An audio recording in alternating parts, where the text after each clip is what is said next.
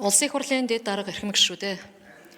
Монгол Улсын засгийн газраас 2025 оны 9 сарын 1-ний өдөр Улсын их хурлд өргөн мэдүүлсэн Монгол Улсын 2026 оны төсвийн тухай хуулийн төсөлтэй хамт өргөн мэдүүлсэн хууль Улсын их хурлын тогтоолын төслүүдийн хэлц хэсэг асуудлыг Улсын их хурлын чуулганы 2025 оны 10 дугаар сарын 17, 24-ний өдрүүдийн нэгдсэн хуралдаанаар хэлэлцэж анхны хэлэлцүүлэгт бэлтгүүлэхээр төсвийн 1000 евро болон бусад байнгын ороодод шилжүүлсэн билээ. Монгол Улсын чуулганы хуралдааны дэгийн тухай хуулийн 39-р зүйлийн 39-ийн 3 заасны дагуу эдийн засгийн байнгын ороо төр хувийн хвшлийн түншлэлийн тухай хуульд нэмэлт өөрчлөлт оруулах тухай хуулийн төсөл болон үндэсний баялагын сангийн тухай хуулийг хэрэгжүүлэх зарим арга хэмжээний тухай Улсын их хурлын тогтоолын төслийг хэлэлцэж санал дүгнэлттэй зарчмын зөрүүтэй саналын томьёолын хамт төсвийн байнгын ороонд ирүүлсэн. Төсвийн байнгын ороо 2025 оны 11-р сарын 5-ны өдрийн хуралдаанаараа дээрх хууль тогтоолын төслүүдийн анхны хэлэлцүүлгийг Монгол Улсын их хурлын чуулганы хуралдааны дэгийн тухай хуулийн 39-р зүйлийн 39-ийн 10 заасны дагуу хийж хууль тогтоолын төслийг зүйл тус бүрээр хэлэлцлээ. Улсын их хурлын төсвийн байнгын орооны 2025 оны 22-23 дугаар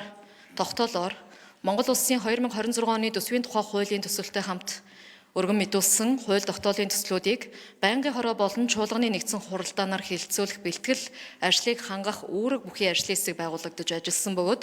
тус ажлын хэсгээс багш, эмч, эмнэлгийн ажилчдын цалин, ахмад насны тэтгэвэр тэтгэмжийг нэмэгдүүлж байгаатай холбогдуулан татврын зардлыг бууруулах зорилгоор нэмэгдсэн өртгийн албан татврын буцаан олголтын хэрэгжих хугацааг хойшлуулж хуулийг 2026 оны 10 дугаар сарын 1-ний өдрөөс эхлэн дагаж мөрдөх, үндэсний баялагын сангийн тухай хуулийг хэрэгжүүлэх зарим арга хэмжээний тухай Улсын их хурлын тогтоолын төсөлд 5 толгойн бүлэг ордын ашиглагдаагүй байгаа хэсгийг эдийн засгийн эргэлтэнд оруулах,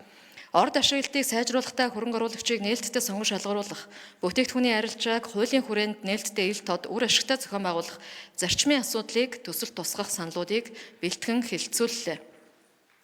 Төсвийн 1000 орооны хуралдаанаар Монгол Улсын 2026 оны төсвийн тухай хуулийн төсөлтэй хамт өргөн мэдүүлсэн Монгол Улсын их хурлын тогтоолын төслүүдийн анхны хэлэлцүүлгийг явуулах үед ажлын хэсэг болон Улсын их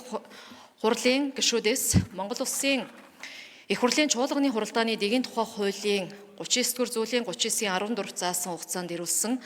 зарчмын зөрүүтэй саналын томьёолуудаар санал хураалт явуулж олонхын дэмжлэг авсан аваагүйгээр нь бүлэглэж томьёолон та бүхэнд хүргүүлсэн болно. Улсын их хурлын эрхэм гишүүдээ